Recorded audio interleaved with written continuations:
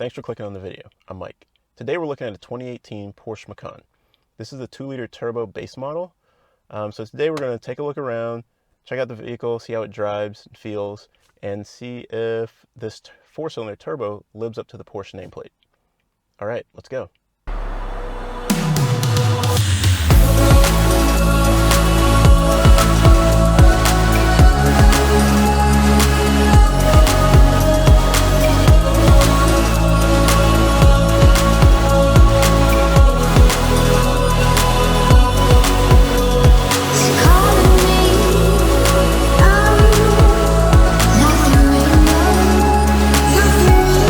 So looking at the front of the Porsche Macan, it's traditional Porsche SUV material here. If you're familiar with the Cayenne, you'll be familiar with this face. And it makes sense that this is their corporate face for their SUVs. I like on the headlights how you've got your low beam and your high beam separate with the chrome finishes on the inside. And on the flanking your low beam, you've got 4 LEDs in each quadrant. It kind of looks like an X-Wing or something like that when the lights are on. I think it's pretty nice. And you've got integrated turn signals right here. You've got these really deep vents or ducts, but they're fake. You know, it doesn't go any further than that. And then you've got big grille spanning the mouth right there. You've got your forward-facing camera for your 360 parking assist. We also have fog lamps down here as well. What I think is pretty cool on this vehicle, this entire hood comes up, which makes it very expensive if you get into a wreck and have to get it fixed. But entire clamshell just comes up.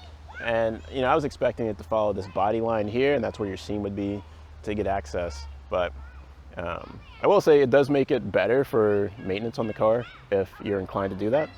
Here are side mirrors. We've got an integrated turn signal, camera here again for the 360, and these mirrors will turn in at the push of a button.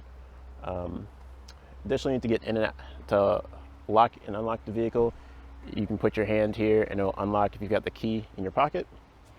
And we're running 18-inch wheels all around, and I think these are probably the most boring wheels in the Macan lineup.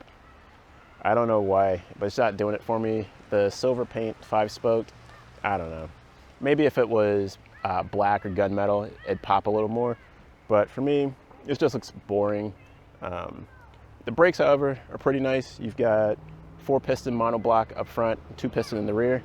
So you're never concerned about if this vehicle's gonna stop when you need it to.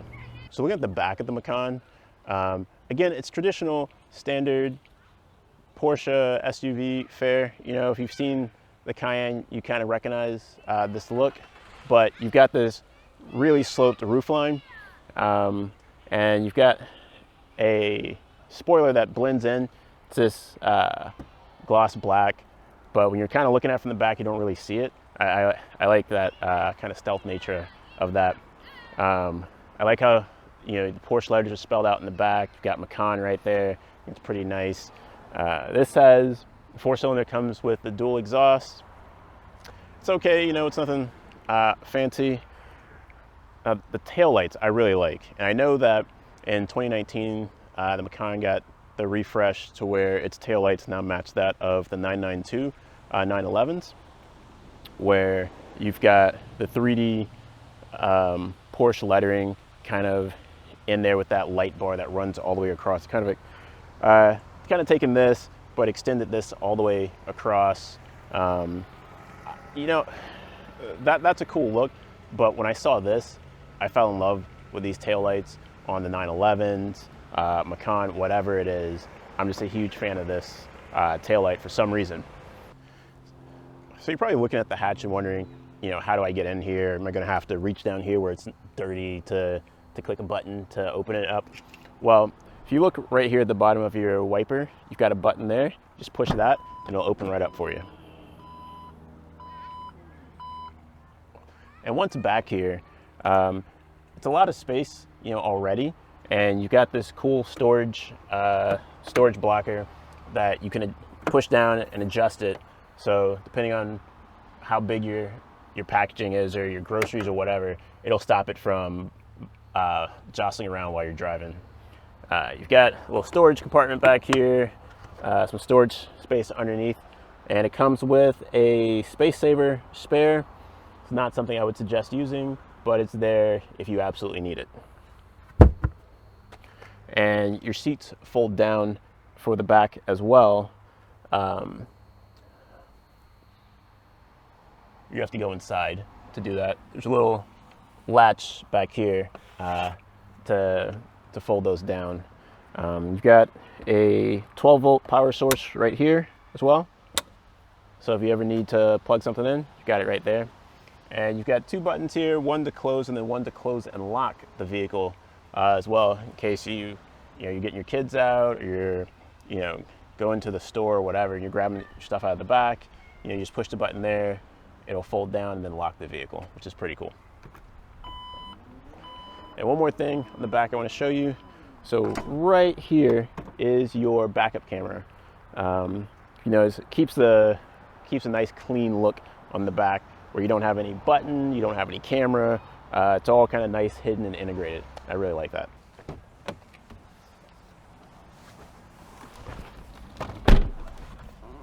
Sitting inside the Macan, plenty of room. You've got easy access to everything. All my switches here for the lights, turn on the vehicle, gear selector, everything's just right where you need it. Elbow support is pretty nice. It's pretty cushy. Armrest, it's actually very nice and neat. Cup holders are pretty good. Although I will say this is a medium-sized cup, and I think it fits kind of low. So I imagine if you had a small-sized cup, it wouldn't work very well in here, and you might end up pulling the top off as you try to pull it out of the cup holder. You've got good room in your door pockets as well. You can definitely fit a large size water bottle in here, and then you've got a separate area where you can put, knickknacks or whatever you keep inside your car. You've got good support for your knees. I'm always annoyed by this area because while this isn't very soft, it is somewhat soft, and where it hits my knee isn't going to be something that digs into it and hurts on long drives or whatever. So overall, up front, pretty nice place to be in. Let's go check the back.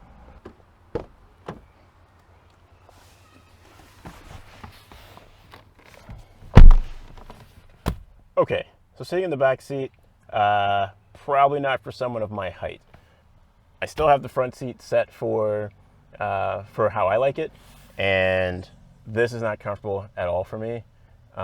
Maybe for a quick hop someplace, down the street, or maybe a quick 20-minute ride, maybe. But for long term, this is not going to be okay. It's not going to be acceptable. That said, if you are a backseat passenger who fits or have a short driver, the amenities are pretty nice. The seats, again, pretty comfortable. They're somewhat bolstered as well in the back. You've got heated seats as well. Temperature control for when the air conditioning is on. And then you've got two USB charging ports here. So each passenger in the back can charge their smart device if they need or want to. You also have child anchors back here, and little covers for them. That's something that you can lose if you're a parent and have car seats to install, because I guarantee you're not going to know where you put them when you no longer need the car seats. And then, like I said before, you've got the pull here to drop your seat as well. And a little cool Porsche touch, all the seats have, except for the middle one, I guess, have the Porsche logo embossed in all of the headrest. So that's pretty cool. But other than that, not a place I want to spend. I think I'll continue to enjoy the driver's seat. All right, so sitting behind the wheel of the Macan, it's a really nice place to be. And immediately you're in a Porsche when you step into this thing. From the tachometer center stage, and off to the left, you've got your smaller speedometer, and then to the right of the tachometer, you've got a digital display. Displays all kind of vehicle information. from things like tire pressure to it'll even have a digital display of your sat nav, which I actually think is pretty cool, because that way you just kind of glance down instead of looking over. It's not a big difference. I mean, most of us are used to looking over to the center console for navigation now, but I think it's a cool feature to have it there. More driver focused. The seats in the car are quite good as well. Tons of bolstering, lots of adjustability. I'd be surprised to find anyone who couldn't get comfortable in this seat. Steering wheel, very Porsche as well. It is reminiscent of what you'd find in like a 911 or Boxster. Very simple. You know, you've got controls for your audio, and you've got controls for your phone and that digital screen. There's these little scroll wheels, kind of remind me of a Tesla Model 3 or Model Y. So the center console is pretty clean as far as what's on the actual dash itself. Once you get down, it gets a little more complicated. On the center stack, or on the center dash, you know, you've got pretty big screen. I believe it's an 8-inch screen that's on here. And then you've got some controls for the audio, and then just 8 buttons to go between your radio, your media, your navigation. You have a map if you just want to show the map on the center console. And then home, which kind of gets you into everything else. What I'm disappointed in is the fact that this is a 2018 vehicle and it didn't come standard with Apple CarPlay. Now you can have Apple CarPlay added. It's a dealer add-on. You go back and then they just kind of upload the software. But I don't know if that's a cost-free addition or not. And since this is a Porsche, I'm willing to bet it's not. And I think it's kind of crazy that that just wouldn't come standard. You know, every 2018 vehicle should come with at least Apple CarPlay. Now moving down to the center stack, that's where things get really complicated. And this is traditional Porsche as well, unfortunately. I believe the first time I saw it was on the Panamera. Use a ton of buttons in this center stack here, and I don't get why they think this is the best way to do it. And I guess, you know, I complain a lot about having to dig through a menu to find everything. I might want a menu for some things, okay? I don't think I need a button for all of this, because this is confusing. And there could be just a better way to do it. They might want to get some human factors engineers to take a look at that. But I think that some of these HVAC controls could be handled better if maybe it was a multi-function button instead of one button. So you've got a button for sending the air up, sending the air at you, sending the air at your feet. And I think maybe a push button or a toggle selector or something could have alleviated that. So this being the base Macan, it's got the 2-liter turbo.